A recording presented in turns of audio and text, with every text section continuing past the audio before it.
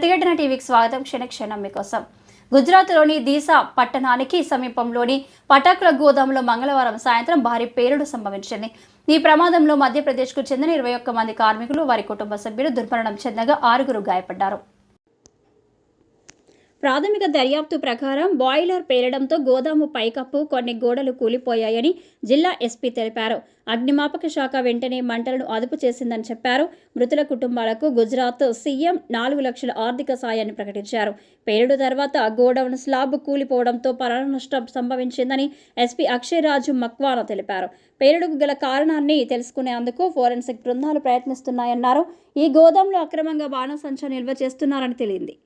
Police FIR నమోదు చేసి దర్యాప్తు కోసం 5 బృందాలను ఏర్పాటు చేశారు.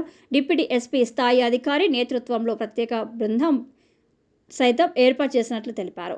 దీసా సబ్ డివిజనల్ మేజిస్ట్రేట్ స్నేహ పంచల్ మాట్లాడుతూ, గోదాంలో మొదట్లో బాణసంచా నిల్వ చేసేందుకు లైసెన్స్ ఉందని, కానీ డిసెంబర్ 31, 2024 గడువు ముగిసిన తర్వాత లోపల కారణంగా దాన్ని పునరుద్ధరించలేకపోతున్నామన్నారు.